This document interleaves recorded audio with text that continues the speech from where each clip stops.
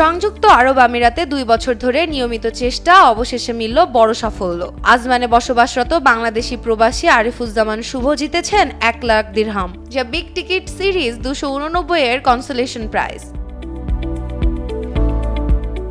38 বছর বয়সী শুভ গত 17 বছর ধরে আজমানে বসবাস করছেন। প্রতি মাসে 10 বন্ধুর একটি গ্রুপের সঙ্গে মিলে বিগ টিকিট কিনতেন তিনি। 2 বছর ধরে চলা সেই নিয়মিত চেষ্টায় এবার এনে দিল কাঙ্ক্ষিত জয়। বিজয়ের খবর আসে ফোন কলে। আরিফুজ্জামান জানান, জয়ের খবর শুনে তিনি বাকরুদ্ধ ও ভীষণ আনন্দিত হয়ে পড়েন। বসুন্ধরা ডায়াপেন্ট এখন আরো উন্নত। এই hot air through top sheet দ্রুত শোষণ করে সোনামণিকে দেয় কোমল অনুভূতি। এতদিনের চেষ্টা যে সত্যি কাজে দেবে তা তিনি বিশ্বাসই করতে পারছিলেন না। পুরস্কারের অর্থ নিয়ে এখনই বড় কোনো পরিকল্পনা নেই শুভর। ভবিষ্যতের জন্য টাকা সঞ্চয় করে রাখতে চান তিনি। পাশাপাশি বিগ টিকিটে অংশ নেওয়া চালিয়ে যাবেন বলে জানিয়েছেন।